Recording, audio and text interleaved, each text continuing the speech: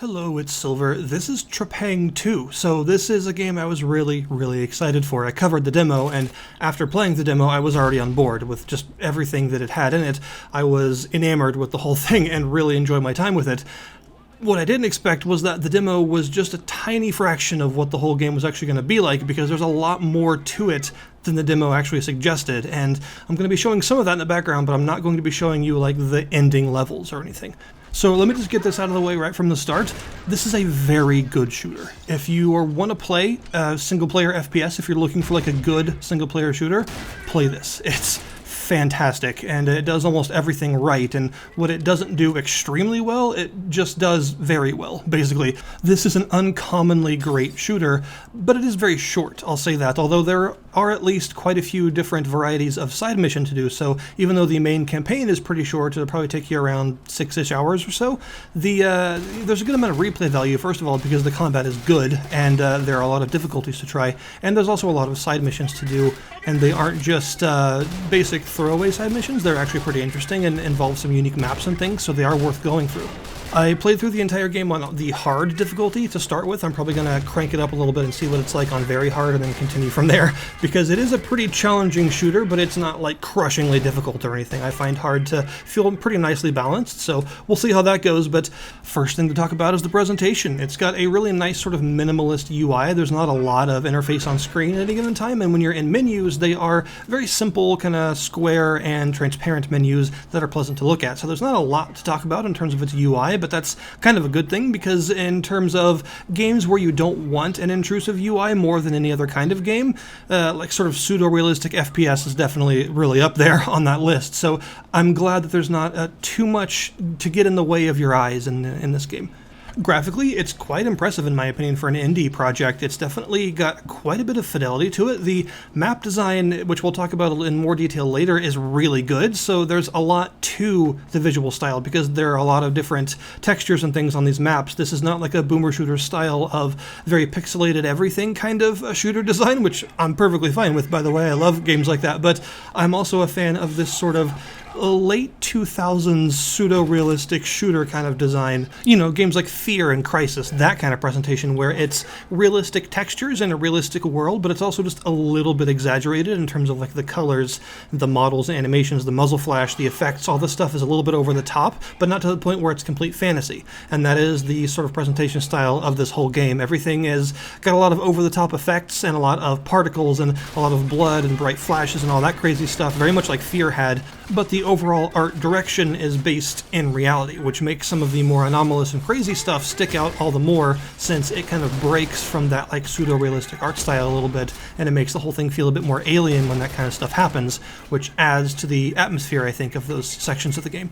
So, level design, right? The map design in this game is stellar. It is very good. The levels are very complex with a lot of verticality. They tend to be relatively linear levels, but they're linear in a way that takes advantage of how much control that linearity gives the creator of the levels to create really fun set-piece battles and really good arenas for fights and things. So it's the right lessons that are taken from games like Half-Life of what a good linear campaign can be.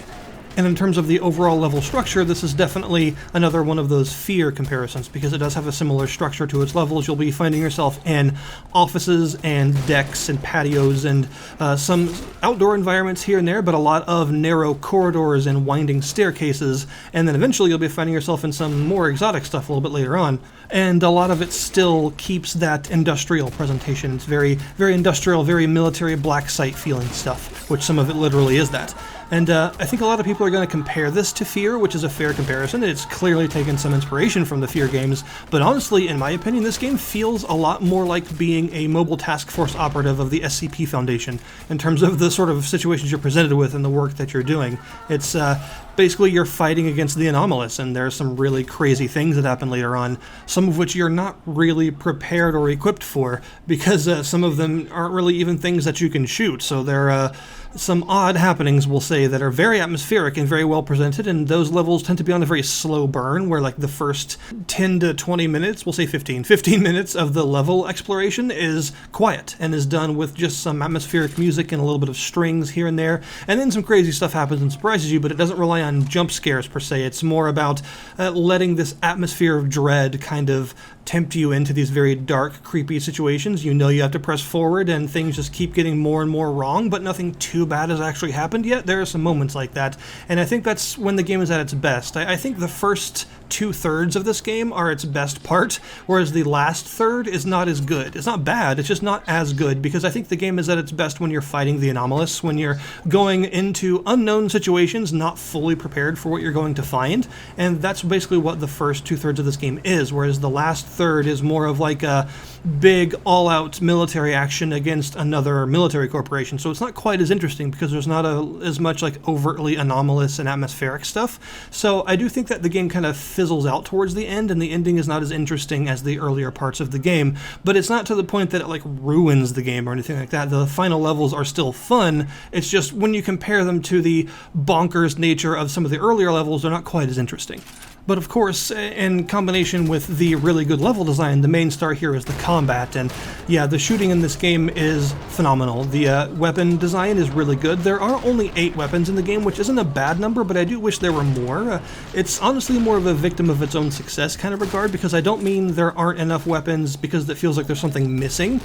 There isn't really anything missing. The arsenal is fine, it's well-rounded, and it does its job. I just feel that the weapons are so fun to use that I would like to see more of them, because the guns in this game are awesome. They have really good high-quality animations, a lot of really high-fidelity firing effects, and the impacts from the bullets and things are very satisfying. Enemies react very violently to being hit. This is an extremely violent game, and there is actually full-on dismemberment in this game. You can blast someone with a shotgun and have their arm just fly right off and have them fly across the room. So that's another one of those over-the-top, not quite realistic things where things are a little bit exaggerated, again, very much like Fear, in a very good way. And you also have bullet time and a cloak in this game. So the bullet time works exactly like you would think. It just slows down time and allows you to dodge bullets and stuff, because all bullets are projectiles, they're not hit scans, so you do actually gain the ability to weave around them. And you can see all of the trails of your own bullets, and of course it's very satisfying to kick in the slow motion and fire the shotgun to watch all the pellets spread out and stuff. It's very good presentation on that. And the cloak is interesting because it's very, very short lasting. You can't use it for more than a couple of seconds, but it is complete invisibility, and pretty much no enemy in the game except like the final boss can see you. Even like the advanced operatives and stuff that you face later on can't generally see you. So you can use it mostly for repositioning and stuff. You're not going to be sneaking around large portions of the level while invisible, because you can only use it for maybe like 5 seconds total. But as a quick repositioning tool from one wall to another or between pillars or something like that, it's very useful and allows you to do a lot of sneaking up on enemies, and you can in fact grab unaware enemies and use them as shields, or just snap their necks basically and kill them on the spot. You can even throw them if you want to, which is pretty ridiculous. You also have a very satisfying to use slide bound to the Alt key. This is useful for traversal because there are some areas that you can't crouch under because they're too low, but you can slide under them. This is especially useful later on when trip mines start being used, because you can often slide under the lasers to avoid getting blown up. But you can also slide into enemies. This is not purely traversal, it also has offensive capabilities. If you slide into an enemy, you will trip them and knock them off of their feet. This is especially useful for enemies with riot shields and things, allowing you to, sort of knock them prone for a little while to give you the chance to actually finish them off. And it is very, very satisfying to activate your slow motion, slide into a group of enemies, turn around, whip out the shotgun, and blast them all out of the air like clay pigeon style. That is something you can actually do, and it feels very good. One of the other high points of the combat, aside from just how satisfying the guns are to use, is the environmental interactivity. This is something that Fear got very right, where, after a gunfight was over, there would still be a lot of stuff settling, lots of dust and rubble and leaves and stuff slowly settling to the ground after the fight was over. This game does that. It has a lot of particles and stuff in the air at any given time.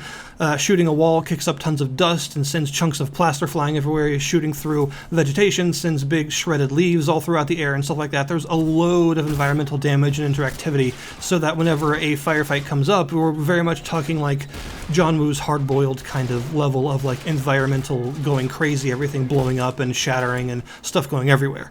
There are also some completely destructible environments you'll find. There's one particularly memorable sequence in what's basically like a kill house, like a training house for military movements. The whole thing is made out of like plywood and stuff, so basically everything can be destroyed. You can shotgun through a wall and kill someone on the other side of the wall that you didn't even see or that you figured was there, and the enemies will of course start shooting and shredding the walls into pieces and stuff, so you have to find new cover, and the whole environment is this really reactive, really fun, ever-changing arena, and this game is very good at that, making the environments feel reactive, and everything feels very visceral when stuff is constantly flying into the air. There is also a weapon modification system. You'll eventually find these crates that you can modify either of your equipped weapons on, and you'll find these sort of yellow suitcase-looking things, often hidden around the level in various places. Some of them are pretty obvious, but some of them are way out of the way. These unlock weapon mods, and weapon mods can be applied at these big crates to just change things. Some of the weapon mods are pretty slight, like for instance, folding or unfolding these Spaz 12s, the shotgun's stock. When it's folded up, you reload faster, but the recoil hits you a lot harder, whereas when it's folded down, you can control the recoil much better, but your reloading is a little bit more hard to manage, so it takes a little bit longer. But there are also some more advanced mods you can find, like for instance incendiary rounds for the shotgun, which make it do less damage, but of course it sets everything on fire, which has a lot of utility in certain areas. And you can also find a minigun that's more like an assault rifle frame with like a triple rotating barrel that acts as a minigun, and it's quite a powerful weapon, but you won't often find ammo for it. However, you can turn it into a smart gun later on. You'll usually get this upgrade, I think it's like near the last level of the game, but it makes the bullets fly like comically slow, but they home in on enemies, and they like a swarm of angry bees basically, and they do a little bit less damage, but that doesn't really matter when you never miss with it, so it becomes a very powerful sort of group denial weapon. You can also find a grenade launcher that's a 4-barrel grenade launcher that's very fun to use, and my personal favorite weapon is the bolt gun, which fires this triple sort of explosive harpoon kind of thing. It like smacks enemies into walls and then blows up. Or you can turn it into a penetrator sort of weapon that works just like the penetrator from Fear. It fires single shot, high damage, piercing nails basically that can actually nail enemies to walls. In between missions, you will chill at the base of the secret organization that you're working for, and at this base you'll have access to a couple of things, like some cosmetic alteration to what you look like, which is kind of a neat little feature. You can also, of course, mess with your weapons there, and you can choose a new mission, and there are lots of side missions to do as well as the main campaign missions, and I do recommend you actually do them when you can, because they're quite interesting, and my favorite parts of the game being the whole, like, you know, facing off against the anomalous and unknown situations. The side missions do explore that a lot more than the later story missions do. So once you're sort of past that part of the game and you're into the not quite as interesting, in my opinion, levels at the end of the main quest line, you can still do some of those more interesting concepts in the side missions instead. So there is quite a bit of content here. Don't be fooled by me saying it's a short game, meaning there's like not very much to it. There's a lot of substance here. It's just a short campaign. Story-wise, I'm obviously not going to spoil anything, but there is a story, and it's relatively interesting because it deals with all this crazy anomalous stuff happening. And the main twist in the story, I saw coming, but some of the details of that twist, I did not. So this is one of those... It's one of those plots where you can kind of guess what's going to happen towards the end. Like, it's led up to it to the point where you kind of get it, right? But still, some of the reveals at the end were surprising to me, at least, so I didn't actually guess everything, and that's kind of what I look for in a plot like this. A plot that is, I'm not going to say cliched necessarily, but it's a plot you've seen before, right? It's still done in a way that's relatively novel, in my opinion, in this game, and, I mean, honestly, the combat and level exploration and stuff is so satisfying that even if you wanted to ignore the story, the game is still an absolute blast to play, although I don't recommend ignoring the story, because it is actually, it's not bad. But that's my current view of Trepang2. It is an awesome game, a very well done, very solid shooter with some excellent mechanics and a pretty fun little story. And I hope that there's going to be more added to it later on, because as it stands right now, it's like a good platform for extension, right? Like adding some DLC with some new missions, maybe some new weapons, maybe even opening up workshop support for custom content or something like that. There's a lot of possibility here because the game is such a solid foundation, and the combat and everything is also satisfying, that it would be really fun to see it explored further in different ways like that. So I'm hopeful that there might be some updates or some stuff in the pipeline for this game that expand it in some way later on. So I'll put the link down in the description below this video to the Steam store page so that you can check this game out yourself. I 100% recommend it because it is an awesome shooter. Thank you guys very much for watching, and I'll see you next time.